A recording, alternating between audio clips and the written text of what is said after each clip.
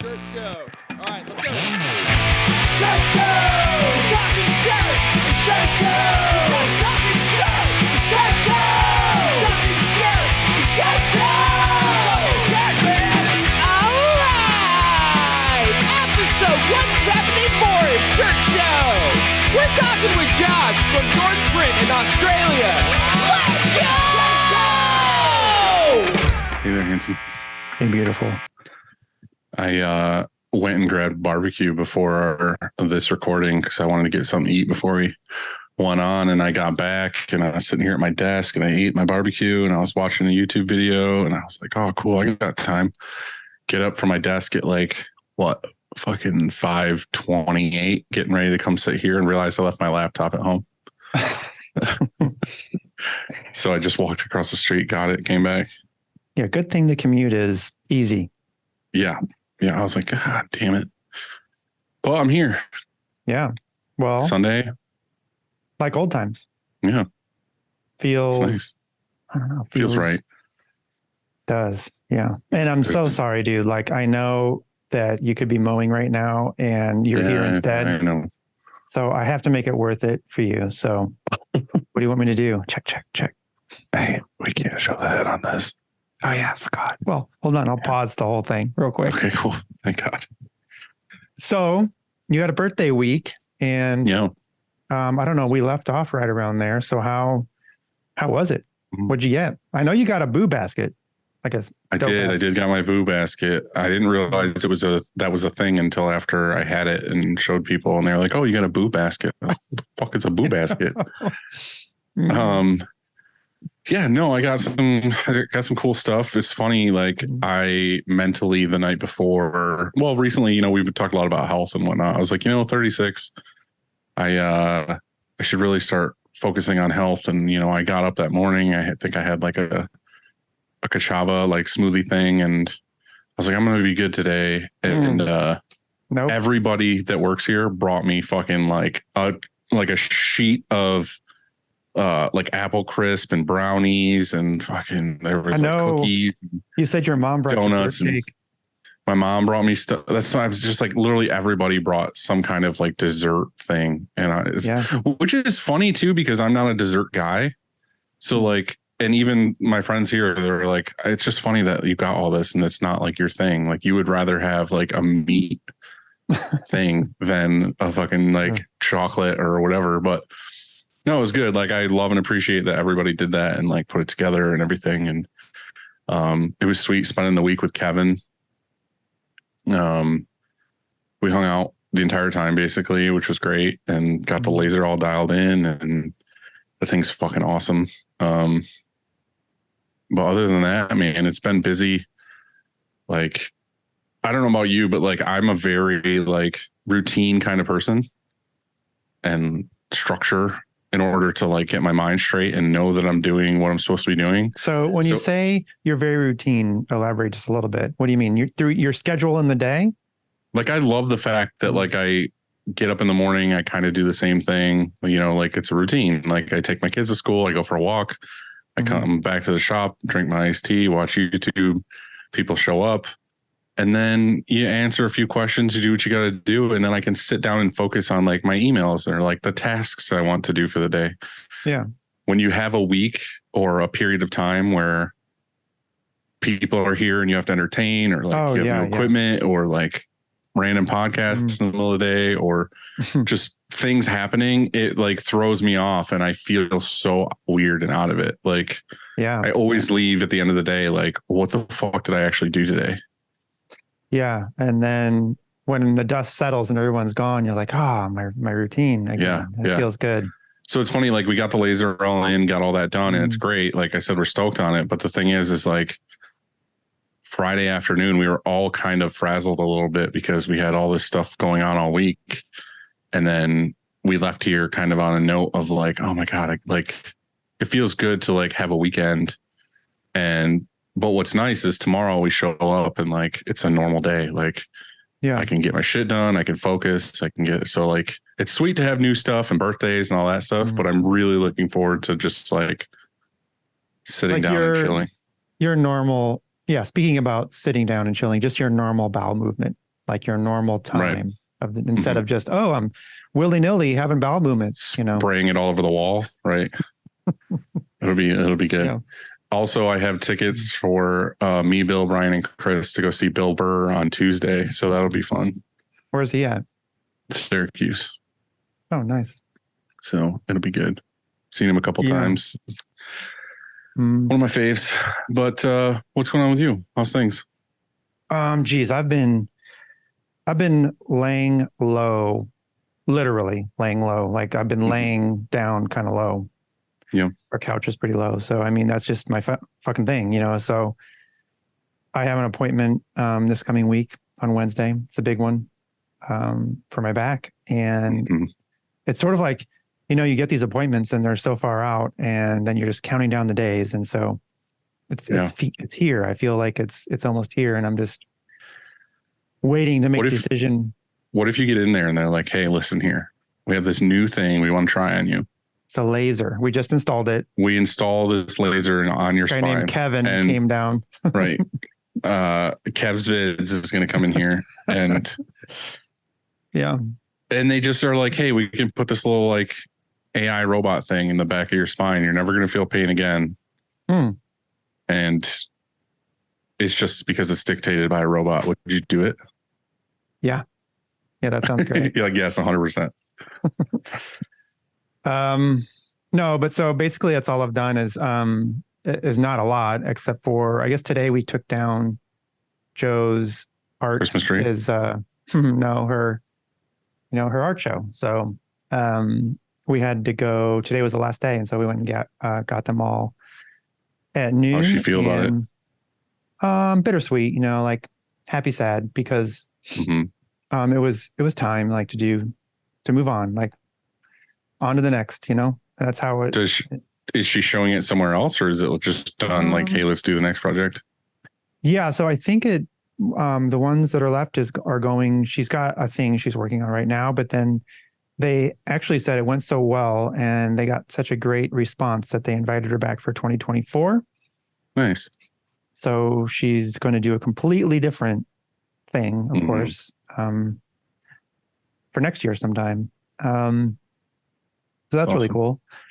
And let's see. So and I think at the shop, I would say that it's bipped and not hard. And it's not like it's, shit, it's a hard bip or anything. Just the surge has unsurged and now it's just, I guess back to normal, which is okay. You know what I'm saying? For now, anyway, it's kind of what it is. I think part of it has to do with St. Louis just went through, fall happened a little like slightly early. Right. It's back to summer again. It went for like this heat wave and not even just summer, like hotter than summer for 10 days. They called it an omega. You ever heard of that before? I've never heard of it before. No, that's but you know what? Omega looks like this. It's like this. Well, that's what it did. And we were right in the middle of it. And so like today's 88 and it should be like 70. That's for a couple more days. And then it cools down. And so I'm thinking then people will get, oh yeah, it's fall. And so I need to order my hoodies or whatever it is. But everyone, they're sort of stuck in summer right now. It's weird. Yeah. Did you see that New York City is like underwater right now? Yeah. What's up? How did that happen? It's just flooding. I don't know. I didn't realize it until I saw videos that everyone was like, oh, it's been raining for like 7 days straight or something. I'm like, well, we haven't had like any rain here, like a drizzle, and we're like 2 hours away. So, which is funny too, though. Well, not funny. None of it's funny, but I have to call the hotel for next weekend because me and the kids are staying in the city and extend a day. And I'm kind of worried. Like they're going to be like, actually, we're like completely flooded and the lobby is underwater. What are you going to the city actually for? Can't stay here. Comic-Con. Oh, okay. You're staying, is it the weekend, I guess you're staying? Yeah. I have Friday and Saturday night hotel and it starts Friday morning. So I don't know what I was thinking like 6 months ago when I got all the tickets and everything. I was thinking I would just drive early in the morning and get there, but it'd probably be better if I just stayed Thursday night and got up in the morning with the kids and went. How long is it? It's like a 3-hour drive or something? It's like 2 hours. Oh, well, it's not bad. No, but you know, first thing in the morning, you don't want to drive there, get your bag settled and immediately go over to Comic-Con. So yeah, you Yeah, you said, you probably can't even check in, until whatever. We'll see how it goes. But Frank. Yep, Frank. Yep, Frank. It all starts with the screen, and whether it's new stretches or restretches, Frank and his team do it the best. To find out more, go to graphicscreenfashion.com, FFFFF. Rank.com. Or greatfuckingscreens.com. Cleaning screens is no fun, but EasyWay makes it way more funner. Their line of eco-friendly chemicals will make reclaiming screens a whole lot easier. Check them out at easyway.com. EasyWay. It's the easiest way. Yeah. Does Alex butt dial you a lot? I feel like it's all the time. He doesn't butt dial. He intentionally calls me. Oh, right to the heart. Didn't work, though. Didn't work because he intentionally calls me too. I'm just saying that, I get like, whenever I see his number and it's calling me, I am hesitant to even answer at this point because it's usually probably because you're in his phone under Andy and it's like the first thing in the contacts that gets hit. Maybe that's it. You're so smart. You know how things work. Mm-hmm. So if you or your art department could use some love, then you need to go to 1-900-HOTStuff.com and get in touch with Nick or Lucas at Graphics Source and let them run your art department so you can focus on running your business. Choosing the right emulsion for your shop is complicated, and that's why we love Chromaline. Go to chromaline.com to watch Kev's vids or contact him on IG at the Emulsion Guru and get the answers you need. If you were not using DTF or screen print transfers in your shop, you're doing it wrong, man. Like, you're just doing it wrong. Mm-hmm. Right? So we partnered with Howard Custom Transfers to get you the transfers you need fast. Check them out at howardct.com. The best. So it's what? It's fucking Monday afternoon for him? Monday morning, 8 a.m. So he was up early if he was texting us like 2 hours ago. Yeah, I guess so. Like, he's early bird gets the worm down there. Early bird gets the Vegemite. It's gross. Aisle 6 on his Vegemite, right? And it's still in the fridge here at the shop. And anytime we get a new hire, we make them try Vegemite. You got to be joking, right? I'm sure it's bad. I have no idea. It was fucking bad when it was brand new. There's no way that's still good. It's rotten now. It's mold on it. Like, that's why people quit. Maybe. Yeah, that's like, come on, dude. Right. You can't make them eat that shit. Yeah, it's initiation. Wow. I don't even know what to say to that. I'm curious now. I want to go look at it and see if it expires. I feel like that shit doesn't expire, though. That was our first season that show was on. Mm-hmm. Well. Is he here? All right. He's here. Who we got on today, bud? Today we have Josh Paterson from Northprint in Toowoomba. That's totally butchered. Hold on. What Let me try that one. Toowoomba, Queensland, Australia. Toowoomba? All I heard is Timon and Pumbaa. It's Toowomb. Timon and Pumbaa. Lion King. That's right. That's where he's from. He's from Lion King, Australia. Nice. Nice. He's here. So a minute ago, Dylan told me that. So about 2.5 years ago, maybe more, Aisle 6 sent us some Vegemite, and Dylan still has his in the refrigerator that he opened 2.5 years ago and makes all the new hires eat before they start. And I'm telling him, I'm like, that's got to be like rotten by now, right? It doesn't last that long, does it? No, it lasts for forever. I don't know.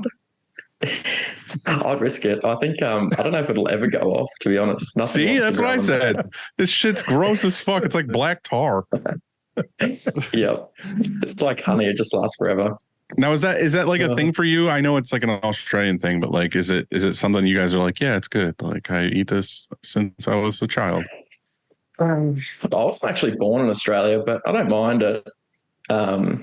My fiance eats it like every morning, but yeah, I'll have it occasionally, but not really.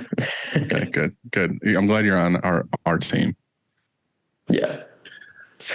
So did you get up super early this morning or something? Because you were emailing us, and I'm realizing now that it's what, like 8 a.m. for you? Yeah.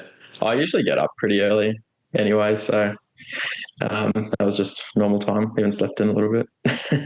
Dang. How's things there for you right now? How's the shop going?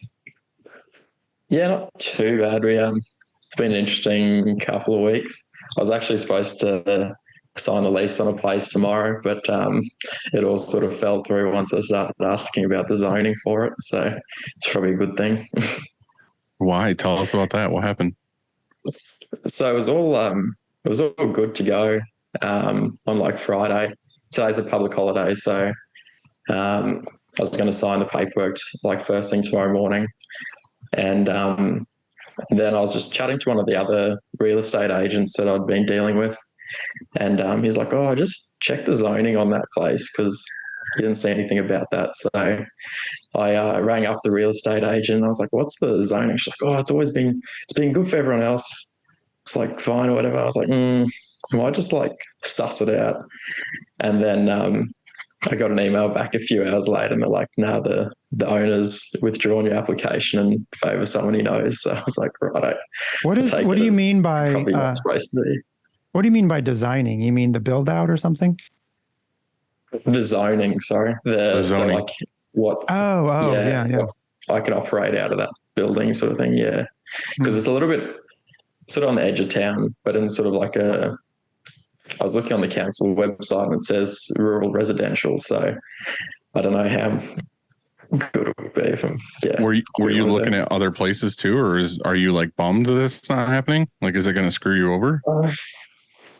Yeah, it was a pretty sweet price compared to a lot of stuff around at the moment, and like the right shape. A lot of the sort of commercial spaces around here are sort of long and skinny, which is an awesome if you want to put a big round press in it. So this was a bit better shape and a good price too, and a good spot, I think.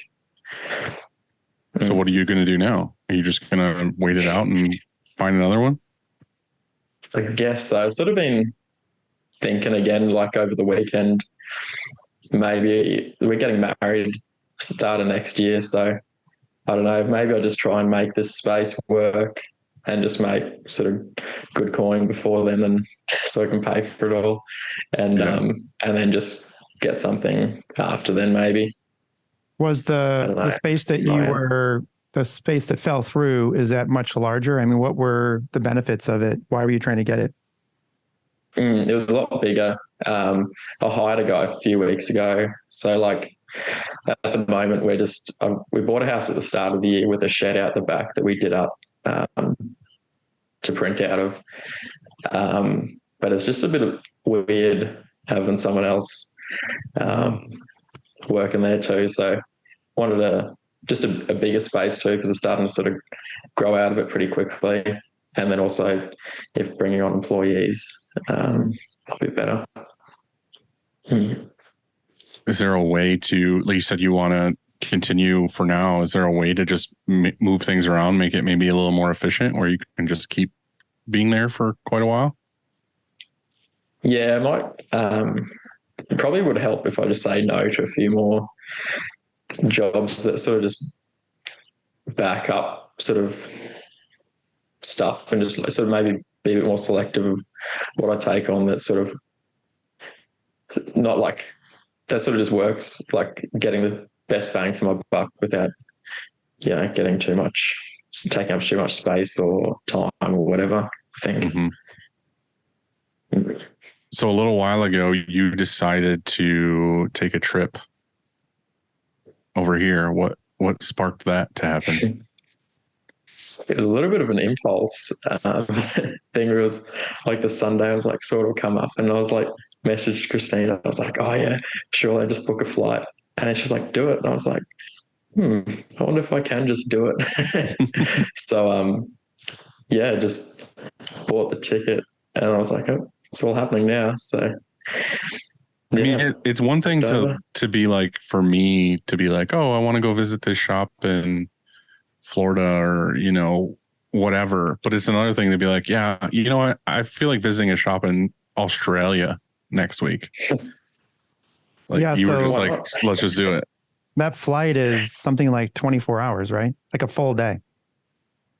Yeah, it was a long because I was only there for like 6 days, so it was pretty big. It was a pretty big week. Um, and yeah, on the way home was probably the worst for flights because I went for the cheaper option and ended up seeing the world on the way home.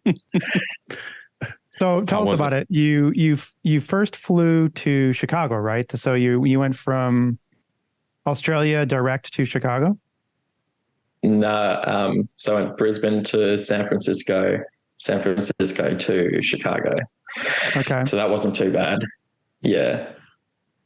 And then had a look around there, visited a few places, and then came down to you guys. How was visiting? Like, what was it like when you got to Chicago? Were you like, all right, this is because you went and saw Multicraft and then you went and saw M&R, right? All in the same day? Mm. Yeah. It was the airport is so far away from the city, but it was cool to see a bit of country in between. Um, the city itself is insane. It's not, especially where we're from in Australia. So, but yeah, it was awesome to see Multicraft. I'd never actually seen like an auto in person. There's not really any print shops around me, so um, that was pretty cool. And chatting to the guys there, they were super friendly, and Mm-hmm. got some chicken strips, and then went to M&R, and that was really cool seeing them, seeing the factory and all the different stuff they're sort of working on, and yeah, it was really cool. What are Yeah, you thinking about now that you saw basically a rock warehouse and a M&R warehouse? What would you pick for over there for your auto situation? So here, most people have like either TAS or M&R, MHN. Yeah. um, and then but there's a shop on the Gold Coast which is probably like 2 hours from me, and they've had rocks for a while, and I think they were the only shop in Australia that had rocks, but they're now being the reps for rock in Australia. So I think just because they're close, I'd probably go for a rock, uh, because otherwise M&R's in Sydney. So just service wise, I'd probably be leaning towards them. I did like there's a bit more space around the heads and stuff on a rock. Um, but I've probably had more to do with the rock while I was at Multicraft, um, and just had to sort of look around the place at M&R. So I haven't really paraded one as much. When do you think you would make that jump? So it started out like as a just printing, and then we added embroidery, and now we do heaps of embroidery. So I want one, but we don't do as much printing as I'd like or thought we would.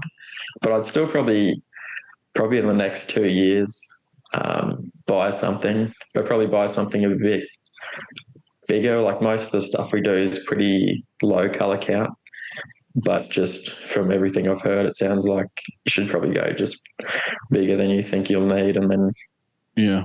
so It's so weird to me. I've heard that from a couple people that like the embroidery like takes over. Like they have to me it's so weird because I've never gotten into embroidery. Like we have a weird circumstance where we have an embroidery shop across the street. So we just kind of like walk everything over there, and it's nice for me because I never have to deal with it. I just get a quote and send it over. But to even think that like embroidery itself is like a whole business is so weird to me. Like I don't get asked for it enough to be like, oh, this would take over screen printing for me. You know what I mean? Like to hear you say like, oh, we don't get many print jobs, but we're fucking swamped in embroidery is crazy to me.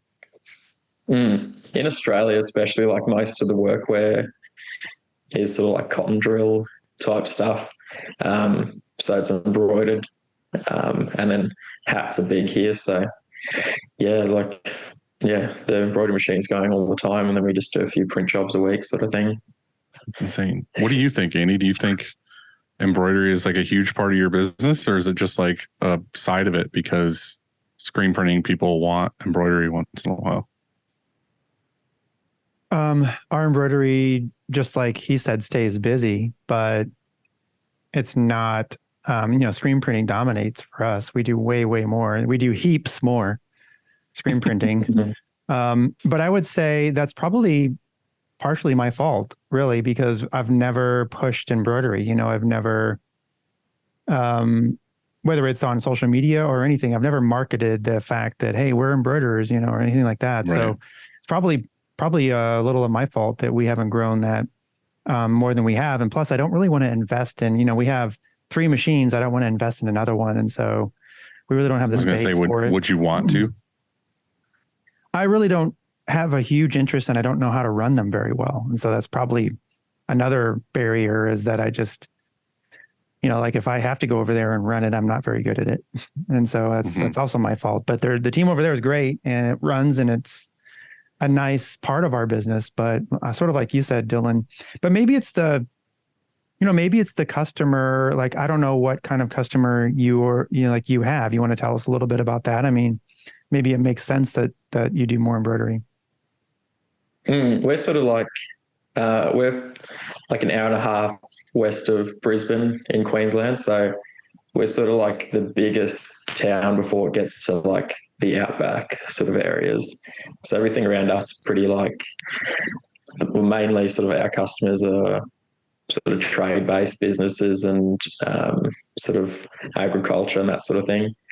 So it's sort of, yeah, they tend to go towards embroidery. But then also when I was still working full-time, it was easier for me to sort of embroider at night or in the mornings or in between irrigation shifts than it was to print. So I suppose it's like you pushing screen printing more, or embroidery not as much. I was pushing embroidery more because it was easier to do between work, I guess. So that's sort of how we've ended up. But I enjoy it.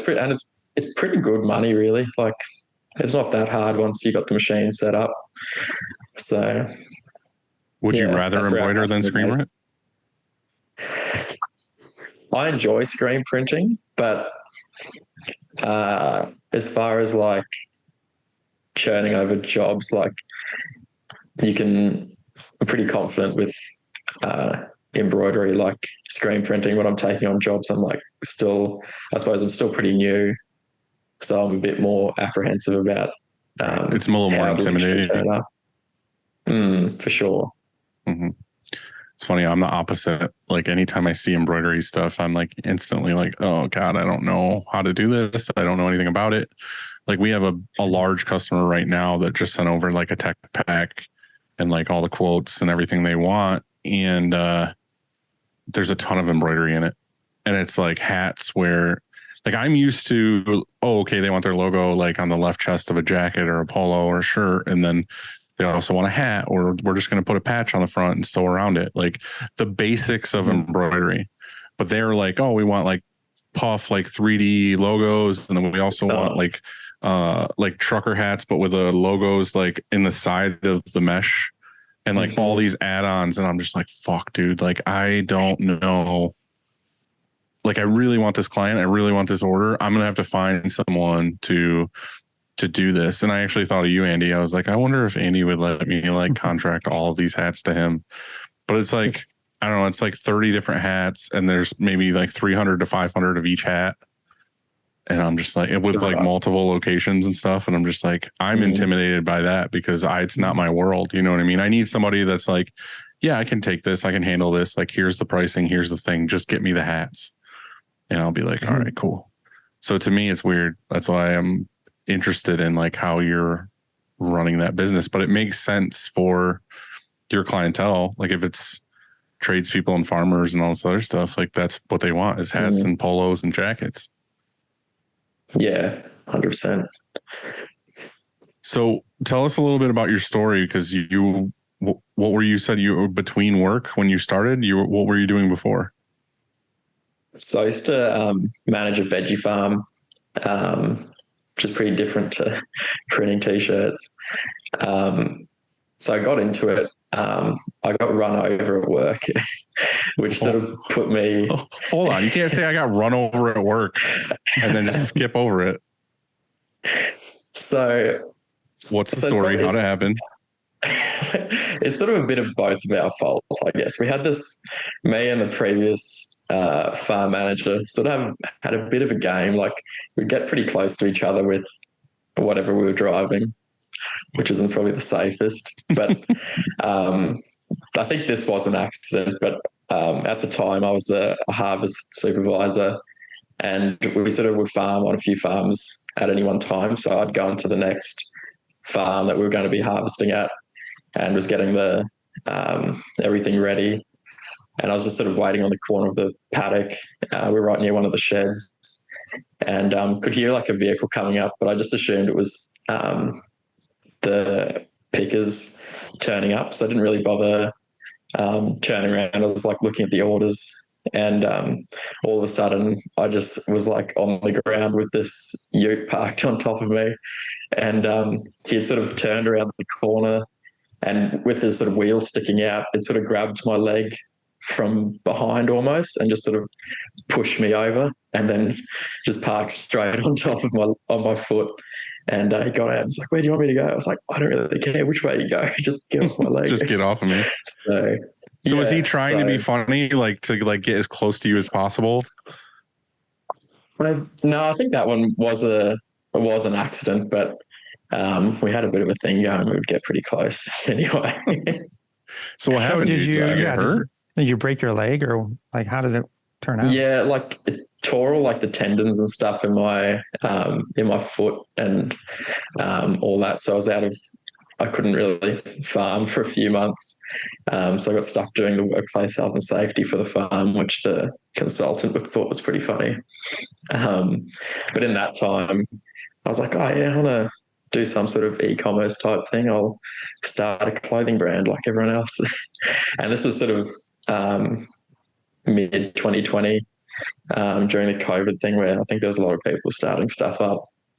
But yeah, so had a bit of free time for once, so started a clothing brand, and the stuff I was getting wasn't awesome. It was sort of quality wise, so I was like, "Oh, how hard could it be?" I'll look up how they actually print t-shirts, and discover the screen printing thing. Do you feel like this is going to be a weird question because I'm not like a faith man or whatever, but do you feel like that happening to you and getting out of farming like pushed you in the direction of now you're like in this industry and you're happier doing this than you were farming? Like, did it kind of work out? Yeah, I never really thought about it like that, but it's probably true, because like when I was younger, I was a bit more creative, and then somehow I like sort of growing things, whether that be like business or actual plants, I guess. Yeah. But yeah, so farming was sort of pretty far from that creative type field. So yeah, it was pretty, yeah, when you say it like that, it's probably, I don't know, it's funny how things work out. Works out. Yeah, because I had like a weird thing, like you saying that story made me think of a little bit how mine started, where I didn't know what I wanted to do. I was in a band and I was just doing like random work. I worked at Sears, like installing appliances, but I was always like the artsy kid in school and like all this stuff. I loved art and music and all this other stuff. And then one day I got into the button thing and I was like, "Oh, this would be really cool. I really want to do it," but I didn't really have the money. And I bought like parts of what I needed, but not enough to like do the whole business. And then where I parked my van when I worked at Sears was like on this huge parking lot of the mall. Well, on the other side of the parking lot, some car during the day popped out of gear and rolled all the way across the parking lot, like super far, and then smashed into the front of my van. And I was just some shitty band van. Like I didn't really give a shit. And like almost exactly the dollar amount I got from insurance from that car hitting my van was what I needed to buy the rest of the equipment for the button business that I started. So like later on, after like all these random things like that had happened, I was like, something pushed me into like doing this thing that I want to do. You know what I mean? Like now I love this industry and I'm super happy and, you know, I'm fulfilled with what I'm doing. But like before I had no idea. And I don't know how I would have came up with that money to like start the business unless it happened. So like, I'm just saying like, not that you wanted this to happen, but getting run over pushed you into doing something else. It's like a totally different industry. So I'm wondering if you're like stoked now that you're like, you know, I'm glad something intense happened to get me to where I am now. And like, if that didn't happen, would you still be farming? Would you just be a supervisor or whatever? Yeah, I think like, if it hadn't have happened, I don't know if, because like on the farm, it's pretty busy. You don't really get much free time. I wouldn't have probably thought that I would have enough time to get into it, I guess. Right. Once I was into it, I was sort of in the deep end, so I had to keep going. But I would say, I'd probably just be, still farming and doing the thing, I guess. So you got out of farming, you started the clothing line, you got into what, printing first or embroidery first? So I started like the clothing and then realized printing wasn't awesome for like the kind of stuff I was doing, the sort of smaller volume. So I started printing for other people about June 2022. And I was still farming full time at that point. I was managing my own farm for the company I worked for, and that was hard work because where the farm I managed, our busy season was summer, and we were like, it was a big farm, whereas normally in our sort of area, people farm on more smaller farms, so we can irrigate more at once. So for me, I'd get my first irrigation shift on at like 4 or 5 in the morning, and I might only get the last one on at 10 at night. So it wasn't really a great lifestyle, and it was hard to print in between that. Yeah, because I'd also be working the weekends because you've only got so many hours in a day to irrigate things, while keeping the dam up and whatnot. But so it wasn't a great lifestyle, but sort of we could get ahead just for the bulk hours. Sort of when I started printing for other people, I had sort of a plan to get out of the farm and print for other people full time. And then a few months in, got an embroidery machine, just a single head. And I was like, oh, this is probably, that sort of started to take off a bit more, got a 4-head. Actually probably like a year ago to the day, like yesterday, I think. And then just really, I probably did more of that in between work because I could do it in between shifts and whatnot. So now you're just fully done farming, right? Yeah. So then I left the farm about 5 months ago, end of April, and to do it to print full time. So that's been awesome. How do you feel about that? I mean, I know you said that's awesome, but do you feel like secure? Like you don't need that? It was hard because it's sort of like, I feel good. But it's sort of like my whole life sort of revolved around the farm. Like I'd work like every holiday or Christmas and whatnot. Like everything I had to, the farm had to come first for everything. So it sort of became almost like my identity. Like I'm a farmer. I do this all the time. I do bulk hours. And the sad news of that is that's the same with screen printing. Yeah, I was just gonna say, like, because Dylan, don't you feel like the shop comes first or has come first? Oh yeah, everything comes first. Yeah, mm-hmm. I mean, it sucks to say that when you have kids, but like realistically, like the business is, you know, something bad could happen, or you have to fix something for a customer or whatever, and it's like, I got to do this. Like, I got to get it done. I got to be here. I got to fix this problem. I got to fill in for this person that's sick. Like the business comes first for the most part. Mm-hmm. Yeah. Yeah. You left one thing that consumed your life to another thing, just so you know. Yeah. So now I just have to talk to customers all night instead of irrigating. It's great. Right, exactly. Yeah. Yeah, I mean, maybe it gets slightly better in that, I think as the years go on, you have some people in key roles that can take care of a lot of that stuff and you can get away. But I mean, still, I mean, it has to come first a lot of times when you don't want it to, and so yeah, I think that, I mean, it's inevitable though, but I signed up for this. I'm not complaining. Like this is our thing.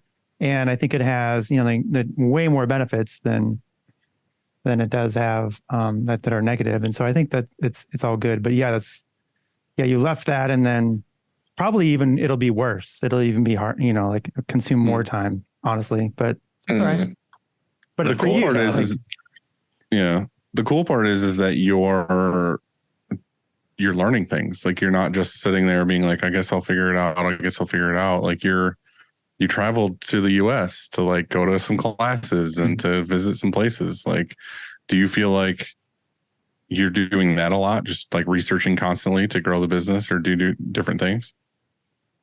Yeah. When I left the farm, I figured I'd be pretty slow for a while. It didn't end up that way really, but that was sort of the plan. Just try and learn as much as I could before it got too big that you didn't have time to do that sort of stuff. Right. So I haven't been great at trying to manage that so that I'm not super busy. But for the first few weeks, yeah, that was a big focus, was just trying different stuff. And I think now I probably try and do that a little bit more, not just sort of make myself busy just because, sort of maybe set aside a bit more time to test things, and like going over to the States. That was a really good opportunity too. It wasn't like the most convenient time or anything, but sort of just doing it, even though it might not be the perfect time, I think was good. Mm-hmm. And then you get to go to Andy's shop, which I mean, we're all sorry for, but you made it. Well, just like you can learn two ways, from a good example or a bad example. You're like, hey, I want to be like that, or I never want to be like that. And so, yeah, it's opportunity. So, hey, it's October 1st, and that's the start of a new month. Is it October 2nd for him right now? Yeah, it's October 2nd. He's in the future. Wednesday, Andy. I fucked that up. So just pretend it's October 1st. So what is top of mind? Like, what are your plans for the month? I know this new space fell through, but equipment wise or anything like that. Also you, Dylan, like I know you just got a new piece of equipment, so maybe you're done for the year, but like what's going on? What's October mean for you guys? So I employed this guy a few weeks ago, and yeah, I don't know. I'm sort of in two minds about what I'm going to do. He's good. He's had experience printing for a long time, but it was pretty like artsy. And so I like to have things like done sort of standardized and in a particular way. And I thought I could sort of train him pretty well, but I don't know if I can. And he's sort of he's stuffed up a few things the last few weeks, and I just don't know how long. Like they're like obviously like wrong or not up to standard, and it just sort of makes me nervous that I want him to, now we're sort of getting bigger jobs, do these and they're not sort of up to the standard that sort of our customers expect or that I like to put out. And I don't know if I can train him to get to that stage, I guess. I think the biggest part of that though is how are you handling it when he does it? Are you just like, oh fuck, and you don't say anything to him? Or do you like walk him through it right then and there? Like, hey, this is what happens. Like, this is what I'm expecting. He's part-time, but like we did these bags a few weeks ago, and they're like heat pressed on, and I told them like how to do it and like where I wanted everything, and showed them the first one, and like they're just they're like on the piss, like just crooked and whatnot. Did you But say on he the wasn't in piss? the next day. Yeah, they weren't very straight, or there was like wrinkles in them and stuff. Mhm. And so he wasn't in the next day. He was in the following day, and I was like, look, man, like these, like got sent back. I've never had like it was like I think your last podcast episode I listened to talking about like looking in the box when the customer picks something up, Mhm. and I just happened to look in the box with the customer, and I just looked at it. I was like, oh, that's not good. And so I was like, yeah. So there was 18 of them, 18 bags. I did like 3 of them, and I replaced 8. So it was like half of the ones he did that I had to redo. And I was like these are obviously like not good. And he's like, oh yeah, like tell me how much to I'll fix them up, whatever. But I was like, that's not really like the point. But I'm also not that awesome at like confrontation. So I wasn't I was like, yeah, like we just can't have this sort of stuff. Yeah. And yeah, I don't know. So I feel that. yeah, like what were they? Were they embroidered or screen printed? You said they were transfers, right? Those were DTF on those, Oh. but we did a screen print job end of last week, and I dropped them off to the customer, and they needed them for like the next day, and they're like, get an email back like a couple of hours later. They're like, oh, these are like all like the placement is like off like to one side or whatever. I was like, oh, like, but like I sort of gave them the benefit of the doubt. I was like, oh, like it's hard to get like there's a bit of a tolerance for stuff because you can't get like one of them that was like 5 mil off. I was like, oh, that's pretty like Right.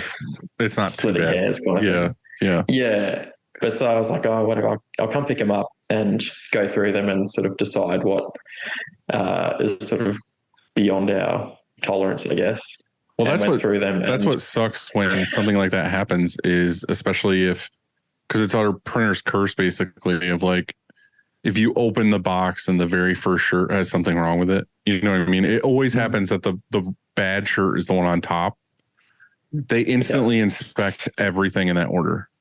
You know what I mean? Like if the bad one or bad couple is like mixed in or random, not like you're trying to do that, but it just happens.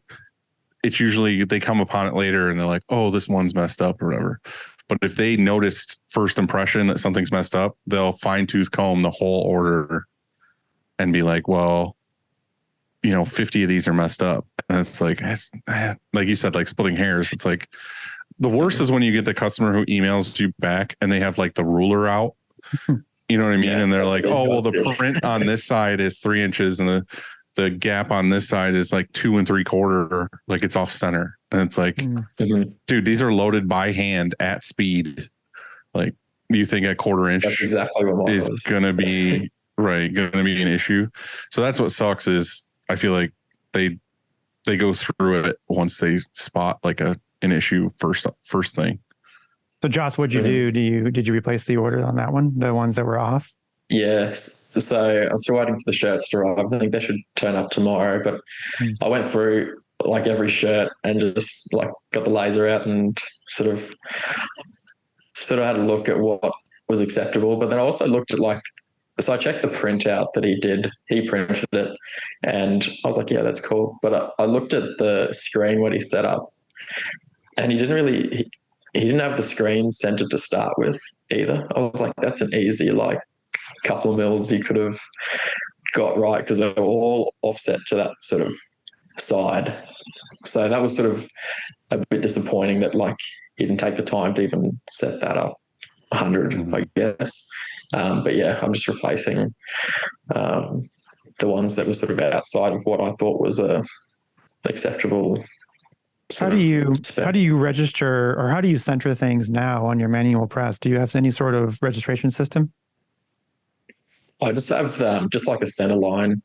When I do the artwork, I have we'll put the film on the platen and then sort of stick it to the screen like that, I guess. So it's registered right on for the platen, I guess. But So do yeah, you use reg marks on you burn reg marks on your film yeah, into your yeah, screen? yeah. Okay. So you're centered when you expose. So the screen is good, right? It's exposed on the screen centered. Is that what you're saying? That's fine. And then you go and you put the film on your palette, and then you take the screen and you line the screen up to the film. And you're saying he put the film in the wrong spot. He would, even if you get the film a little bit in the wrong spot, like when you load it on there, you just sort of adjust a little bit to make that centered, like the screen centered with the center line on the palette too, if that makes sense. Yeah. So the long story for your answer is staffing is your next trouble. That's pretty much it. Well, where I was going with that, and why I asked, is because you want to eliminate all of those, as many as you can. You want to minimize potential errors, and so like Dylan and I, when we hear the fact that it was off center, I know immediately that it's not that it's burning the screen wrong and it's not registered on press wrong, because we tri-sync or we tri-lock things in. And so that gets you center every single time. You never have to think about the fact that, is this center or not, and so if I ever hear if something is off center, it's usually the artwork at this point. Cause I think we talked about this before. If it's like a bunch of text or a block of something, and then there's an offshoot of the artwork that goes off one side or the other, and in the art department, he centers the entire design and not like the meat of the design, then everything is off center because, well, it's not technically off center, but it's off center to your eye because everything looks like it's off to the left or the right. Yeah. So as soon as I hear off center at the shop, I'm like, that's what happened. Like I already know. Just like you said, Andy, everything's like sent to the CTS and put on press, tri-locked. So I know that stuff's good. It's always an artwork issue at that point. Yeah, because, no matter who you train or whatever, whoever you get, there's going to be issues. They're human beings in the end of the day. They're human beings that are registering jobs and that are printing T-shirts or loading T-shirts or whatever it is. And, our days are long. And so there's mistakes that are going to be made throughout the day. And I think that it's important to, really look at all of your processes. And I'm not saying you haven't, I'm just saying, look at all your processes and minimize, reduce those room for error, as much as you can. And because we've made so many, hundreds of thousands of errors that every time we do, we're like, oh, okay, well, is this like, negligence, or is this something that's going wrong? Like, can we make this easier? How did this happen? You know what I'm saying? And I've done that for like 14 years. Like whenever I see a mistake, I'm like, well, was this inevitable? Like, was it an like act of nature or something? Or like, can we make this easier? Is there a way to make this easier? And so I was just trying to like figure out what went wrong there and why this guy, why he's not succeeding, because I want to feel like there's something that can be done instead of just saying, hey, you're going to have to, eventually at some point if they're just terrible, they're terrible and they've got to go. But what is it? What can be done is what I was trying to get at, if anything. Yeah. I feel that my October, I know we talked about the laser and new equipment and all this other stuff, but I feel like my thing is very similar to Josh's, where it's just human beings. I have talked on this podcast for the last year, I think, about how we've restructured some things and tried to be more professional in a sense of like having rules and regulations and all this other stuff. And we finally have all of like old guard people out now, where we have fresh people and fresh things. And we have some old people too, but the people that adopted all the new rules.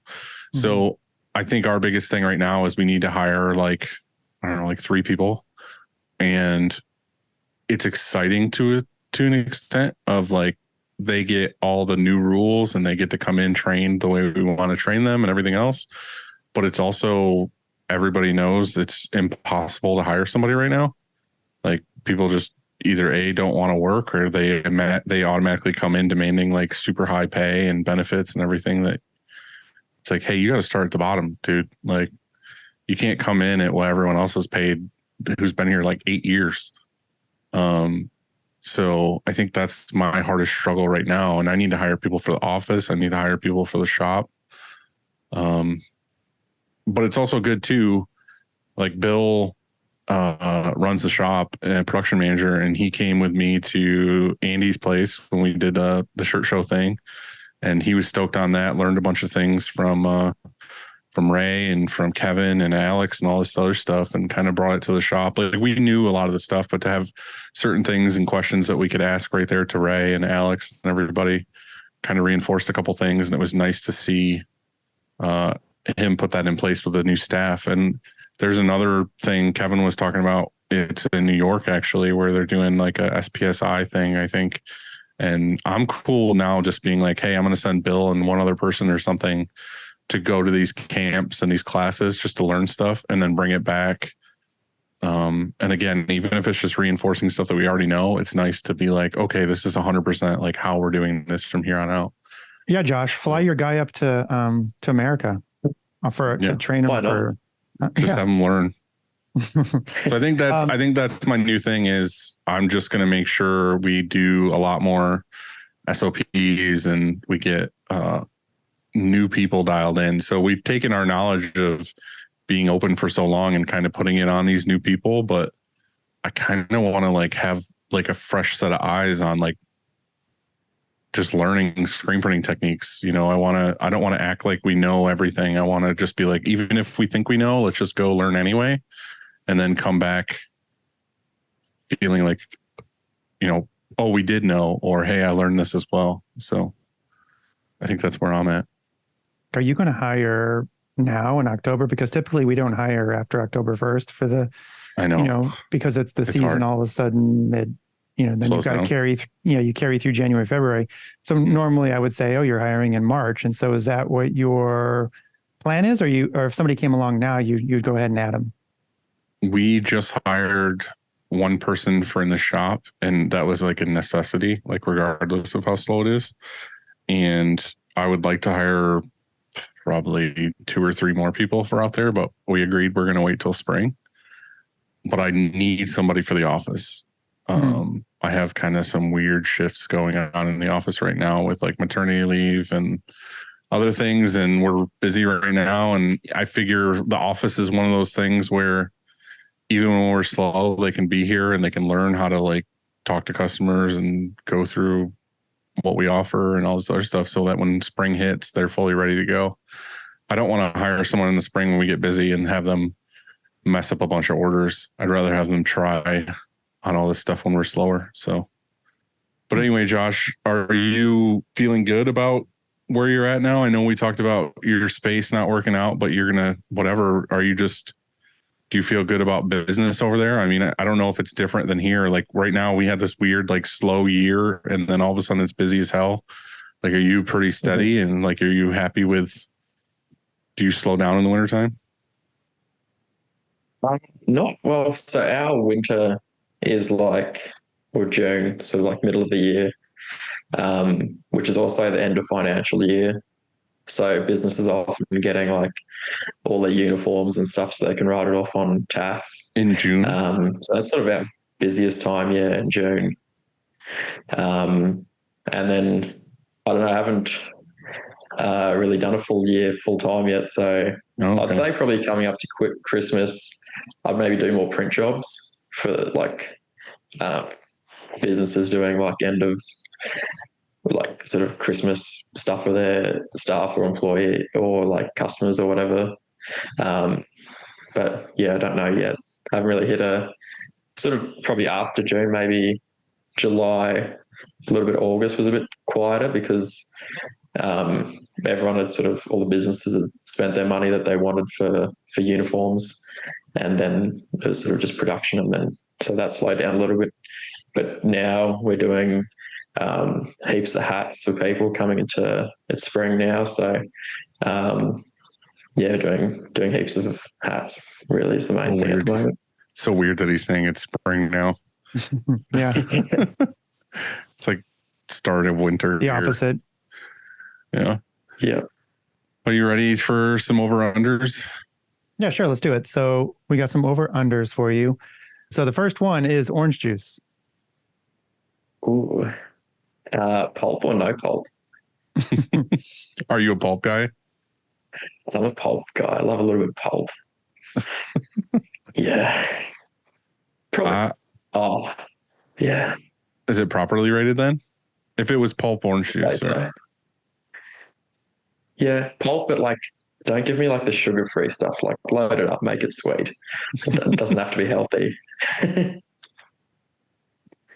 I feel like it's properly rated. I know I shouldn't drink it, but it's one of those things where when I buy it, I use it for like a breakfast for the kids or something. And then I find myself in the middle of the night just carrying the entire container and chugging it out of the bottle. Just chugging. Right. Yeah. Yeah, I don't think you're supposed to drink, like giant jugfuls. But I sure do want to because it's delicious. So I don't know what it is for me. Maybe I just had some this morning, and so that's why I wrote that. I would say though, underrated. It's just so good. Next, we have Thin Thread. Underrated for sure. Yeah, underrated. I just got some like a week and a half ago, the first time, and it's sick, especially for manual. Like, you can clear the screen in like one pass. Like, instead of like, yeah, it's awesome. Just heaps less work. Yep, agree. Underrated. So we're all on the same page there. Next is bread and butter. Underrated. So bread, butter, lots of butter, extra butter. Who doesn't like bread and butter? I don't know. Maybe I think those guys use bread and Vegemite or something. Josh doesn't like bread or butter. Lots of bread and butter with Vegemite mixed in. So last night I made, or no, 2 nights ago, I had some soup and I got just bread and butter to dip in it, with heaps of extra butter. It was absolutely delicious. Way underrated. Sorry, Dylan. I mentioned the word soup. I know that. No, was bad. Right. Next is laser exposure. Underrated. Josh, did you get to see one while you were here? No, not a laser. Oh, I saw M&R's, like one they'd been working on, but didn't see it working or anything. I feel like, I think I talked about this the other day, but I just feel like there's certain things that we get used to and we're like, oh yeah, this is great. This is perfect. And then when you see the new technology make a halftone dot or even a straight line, you're just like, God damn, like this is beautiful. So I'm going to go underrated, but I'm biased because I just got one. So I'm going properly rated. I've never used one in a day-to-day, at our operation. There's just like stupid stuff too, where you're like, oh, this is so much fucking better. Like the eye image, you always have to leave it on because it like caps the heads and it keeps it warm so it doesn't dry up, like all this stuff. Pressure. I can just fucking shut this thing off. Like it's just off and done. And it's just something so simple and stupid. You're just like, this is so much better because I'm always under fear of power outages or brownouts and it just frying the machine. Now I can just shut it off. Like I don't have to worry about it. It's awesome. It's amazing. And then when we asked what the maintenance was, because on the iMage, I don't want to trash the iMage because it's great and that we used it forever, but just like cleaning the heads or like wiping this down or making sure you like grease this or do this. And it's like with the laser, the maintenance is just vacuum it out once in a while because it might get dust in there. Like that's it. So I don't know. Just the benefits have been pretty awesome so far. I'm gonna have to come up. I'm new to it, so I got to come use it. Come up and see it. Yeah, you should. Next, number 5, hoodie season. Ugh, overrated. What'd you say, Josh? Underrated for sure. Yeah, I like the margins. I just don't like printing them. Yeah, ruins our palettes, right? Yeah. Okay. Next. Oh, geez. So I use this every single day, multiple times a day. Number 6, Notes app on iPhone.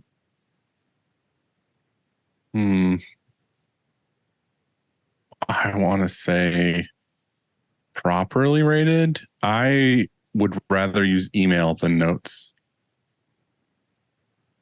I email myself. We talked about this. myself. I email myself all day, every day, like probably 10 times a day. I mean, I email myself also, but what about if you were going to make a list? Let's say you're going to go to the store. You want to make a list. Do you email yourself a list? I might. The thing is about the notes app is like I'll use it for something like that, but I always forget it exists. Like I have a bunch of notes in that app that like I'm like, oh, I forgot I had this in here, or I forgot I had this information. Like my inbox is a checklist. Like I'm not one of those people that has 900 emails in my inbox. I have like 20 at all times of stuff that I'm constantly working on. So when I email myself a note, I know I'm going to see it the next day or that night or tomorrow. So I constantly do that instead. Well, for example, I have the show on notes. I journal every day on the notes. I make lists. I think notes is way underrated. It's free like on your phone. But so I whatever works try it for out. You, man. Try it out. Josh, how about you? I'll probably say underrated. I only use it for like if I'm going to get stuff, I'll put notes in there. But like when you look at it, you can use it for a lot more stuff than just like putting a couple lists on it. Pretty handy scanning documents and stuff with it too. Didn't even know you could do that. Yeah, sick. Okay, well, here, last but not least, the Sphere in Vegas. Did you see they had their first concert in there or whatever? Justin sent that to me, and I was like, dude, we gotta go. Yeah, gotta go. It looks so sick. Like it's amazing. Have you seen this, Josh? Yeah, I've seen it on a couple of videos just on the weekend. Yeah, there's something like a bazillion LEDs. Yeah, and speakers too. Like literally, there's something like 200,000 speakers or something crazy. Wow. Yeah. The coolest part about it is just like on the outside, like it can just make it look like anything. But when we saw the video of them having the concert, it was like all around you is a video playing at the same time. Right. Or it can make it look like you're like in the ocean, like while you're seeing this concert, and then there's a stage where this band is playing, but there's this ocean and you're all in the ocean. Right. It's nuts. Is there stuff on the outside too? Or is it just on the inside? Yeah, the outside is all video too. So that's what I'm saying. Like you could look at it and it's like a giant eye or a giant basketball, or they make it into whatever. That's awesome. Yeah. Well, we'll be there in 2 months. So I'm going to have to stop by and see if there's something there. Josh, did you have any questions for us or anything you want to add or talk about? I do have a couple. What do you have a sort of a tolerance that is acceptable in your shop for stuff like print location, whatnot? There's a lot of things we tolerate in our shop, so you need to be more specific. Like center can be up to 10 mil out or something like that, or 5 mil.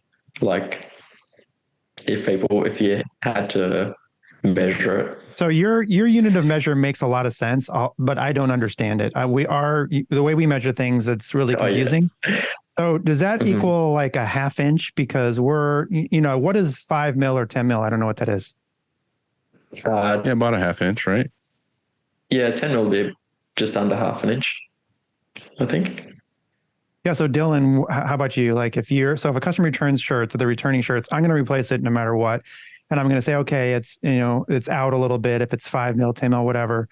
But look, I'm going to set expectations. And so we are, just like you said earlier, Dylan, we're human beings. We're loading a shirt at speed. And so it's never going to be exact and perfect. It'll be close, and we're going to try and get it closer.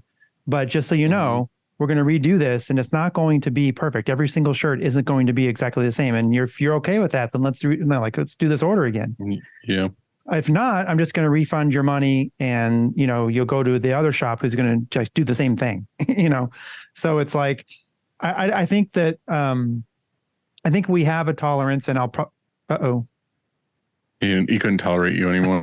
I just went over the top. Oh, there he's back. Yeah. So I think the answer is it's complicated, and that is we have a tolerance, and I'll usually will start with that and say, look, shirts aren't perfect. And, human beings aren't perfect. It's going to be a little off. And we have a tolerance of, let's say, 5 mil or a quarter inch. But If you're unhappy or what, then fine. Let's replace all these and try and get it closer. But just to set expectations right here, right now, they're all not going to be perfect. Does that make sense? Mm. I think a different way to answer your question as far as like, do we internally have tolerances? If I'm completely honest, we usually just eyeball it. Well, we have all the systems and processes in to make things centered. And, you know, before anything even goes out to press, it's already dictated like how it's going to be as far as like inches down on the shirt and all this stuff. Like we burn it specifically on sent to the CTS a certain amount of inches down to where all they have to do out there is pull the collar to the edge of the pallet. So every time, no matter what, it's pulled to the exact same spot. So there's no them deciding how they want it to look on press. Like literally they're just loading shirts, collar to the edge of the pallet every time, no matter what. Unless we leave a specific note of like, you know, change this for these bigger sizes or the back of a hoodie or something, like pull it 3 inches off the pallet or something to where it clears the hood.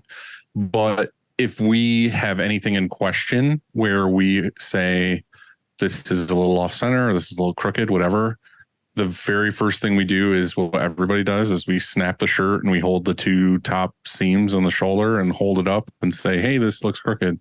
But the problem is some of the shirts are sewn funny. Like if you look at some Gildans, you'll notice that like the collar is slightly tilted to where like the right side or the left side sticks up a little bit more, and to your eye it looks crooked. But like the first thing we do is we come and put it on like an actual mannequin, like a bodied mannequin.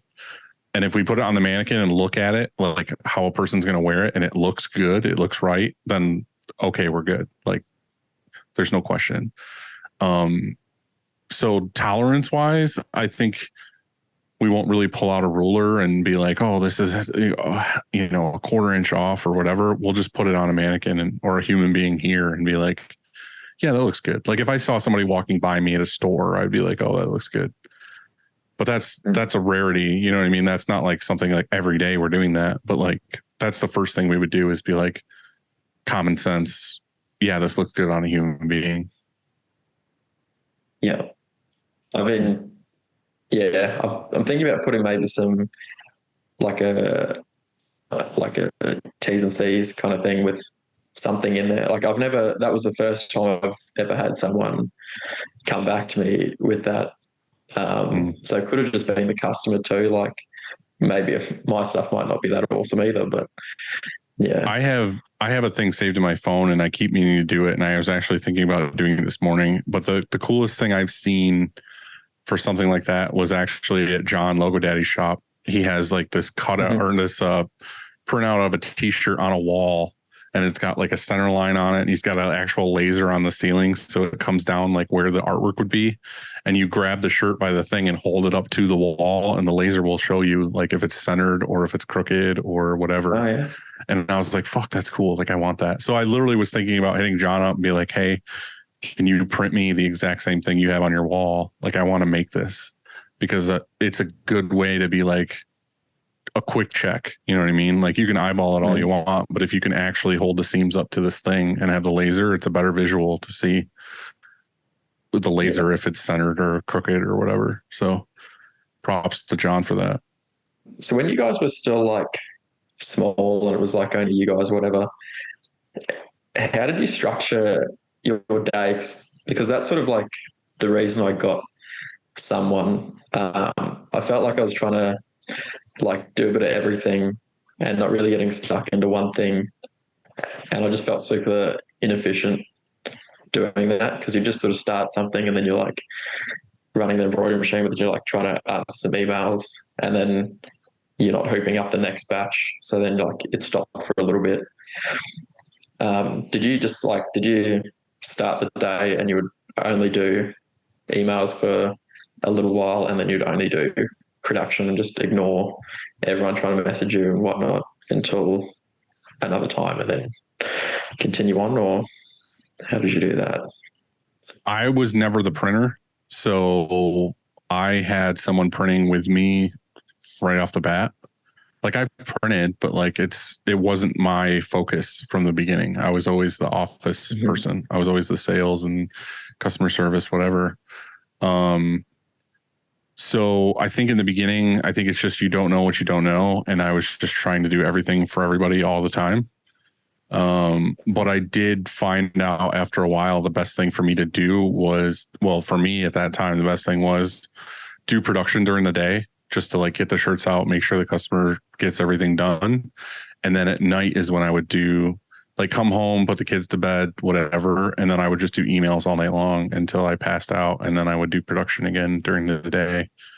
It's so hard for me to sit in a small shop when we got a bunch of stuff to do and there's only like 2 or 3 of us, like just sitting there doing emails. Like I always had to help somewhere. Like if it was cleaning screens or folding shirts or, you know, doing something on press or whatever, I felt like I had to be there with them, making sure shit got done instead of sitting in the corner on a laptop, like answering emails. So I feel like my structure of returning emails and stuff with customers was always at night, which isn't great, but it is what it is. Yeah. Yeah, I think that I think I was always pretty good at prioritizing and multitasking, you know, and so I was able to do a bunch of things at the same time and get it done. And I think that that slowed me down though. I think that, or I should say it slowed our growth. And so my advice would be, don't chase your tail like I used to. Get some help and get them in there fast, because that's just how you grow quicker. You know, because if you're receiving quotes, and I think, and I say this all the time, speed to quote is so important. And you get this email that says, hey, I need 80 shirts, you know, but you're on press or you're hooping or you're doing whatever, and you ignore that. You could lose that job, you know, because somebody's gonna reply to them and get them a quote, and then all of a sudden, you know, you lose that order. And so I think that also it's incredibly stressful to do it the way I did it. I just tried to do too much, you know, and so I think there's burnout can happen. And so my advice is that get somebody, because you think you're doing the right thing by just doing it all yourself and taking on all these responsibilities, but that's not really sustainable. And also it slows you down, slows your growth. And ultimately it just does. And so find somebody, get them in there and get them trained so that you can do other things. I feel like this business is at least a 2-man job. Like you got to think there's customer service and emails and all this other stuff. And then there's production. Like it's hard for you to grow or do anything when you're doing both. I feel like you need to figure out what you want to do. If you want to be the customer facing side, or if you want to be the production side, and then hire someone for the other side of that. So if you love printing, then I would say do that and hire someone to handle emails, or the other way around. It's just I knew before I started Upstate that's what I wanted to do, because that's how I got started in my first company. And then when I went to Georgia, I just did sales for like 2 years basically. And then when I came here, I knew my strong suit was customer service and emails and building the company. I knew my strong suit was not printing. So the first thing I did when I got here was got somebody to print, because I knew I wasn't going to be able to do both. There's no fucking way. Yeah. What I'm sort of thinking over the last few weeks is maybe, because like I want to be doing like sales and that sort of thing rather than actually doing the work. But you always hear people like say they'd rather train their own people, and I can definitely see that now. What that would be an advantage. So I'm sort of considering maybe hiring someone through like Graphic Source, maybe to do just like the mundane type of tasks. Like I like sell the job, and then they can make sure the artwork's up to standard and order, sort of digitizing that sort of thing. Yeah, and then sort of get the job and then pass it off to them. They sort of process that, and then I'll still do production. And then if I find someone good that wants to learn, sort of have that time to spend with them to teach them properly and work on procedures in the meantime too. Yeah. That's what I'm thinking anyway. I think that's a good way. I mean, you got to think that like you can't just immediately hire someone to print and just expect, okay, cool, I get to just sit down and do sales now. Like that's the thing is like I had to train somebody on what I knew right off the bat and then kind of work with them until I felt comfortable that they knew as much as I did. If not, they were going in another direction where they were better than me. And I'm fully cool with that. Like, I'm not that owner that's like, oh, fuck that. Like, I'm better. I have to be better than everybody here. I know and it's funny. Like, we had Kevin here and like Brian and Bill and Rich were all trying to learn the laser and all this other stuff. And like, Kevin kept being like, oh, I want to show you this. I want to like teach you how to do this. And I watched and whatever, but like in reality, that's not my thing. Like, you're going to show me and that's cool. And I'd love to know and learn about it. But like in reality, I'm not going to be out there. I'm going to be in my office, like doing other stuff. So like, I'm happy to like let other people like learn that and know more about it than me because that's their focus all day long. And it's not mine. So I think you get somebody in one of those spots and you train them up where you feel like they're an equal to you, if not better. And then you do something else. Like you can't hire somebody that thinks they know already because it's like you're saying this artsy guy or whatever. You might have been better off hiring somebody who was a farmer. Yeah. And you taught them what you knew. And then that's exactly what I was trying to say before is like, we want new people that are just eager to learn and to learn the way that we want them to learn and then and grow that way. So if I was you, that's what I would do. I would just get one more person, but I would make sure that they were a good fit and someone that wants to grow with you. Yeah. Yeah. That sounds great. That's what we have for questions. Got a couple, like not really shop hacks, but I reckon just like people overlook a little bit. Okay. A good digitizer makes a massive difference. Everyone's always getting like hit up, I guess. But paying a bit more for something makes your product look heaps better because everyone can sort of embroider, but the way that actually gets done makes a difference. I wish Digitizer would contact us and we could find one that's, better, but just you never hear from them. Dude, you can't say that shit. You just said that. Is your phone near you? You're fucked right now. But that's really great. I actually really like that shop hack because it seems like everybody's trying to get the cheapest digitized price. Like, oh, you can do it for less, right? Cool. But you never stop to think that there's quality involved there too. You never really think about that with digitizing. And so, yeah, if it stitches out like shit, you don't want that file. And so you need a good file. And so if you're paying a little extra, a few dollars more and it's better, well, then it's totally worth it. So I get it. Yeah, it's a great shop hack. I like it. Yeah. Yeah, definitely. It's an easy way to stand out from everyone else. Did you have any more? Magnetic hoops, they're awesome. End of story. Magnetic hoops are awesome. Story. I don't know much about embroidery, but I do know magnetic hoops are where it's at. Yeah.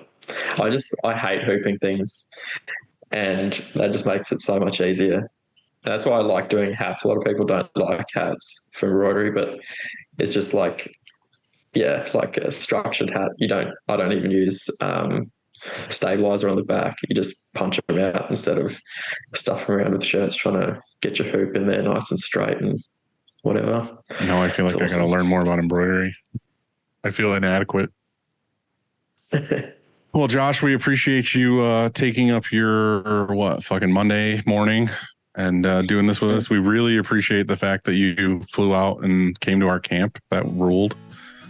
And it was nice hanging out with you, man. Yeah, no, it was awesome. It's sweet to look around and chat to other people in the industry because there's not many people around me. So, even just for getting to know people and that sort of thing was awesome. And seeing an actual shop, it's good. Thanks for talking shop with us. And if I ever make it to Toowoomba, did I say that right? Toowoomba. That's right, yeah. It's the place to be. Then I'd love to come hang out and you can show me your shop and maybe the farm and we'll have some Vegemite. It'll be great. That's it. Sounds great. That'll be awesome. Later, dude. Have a good day.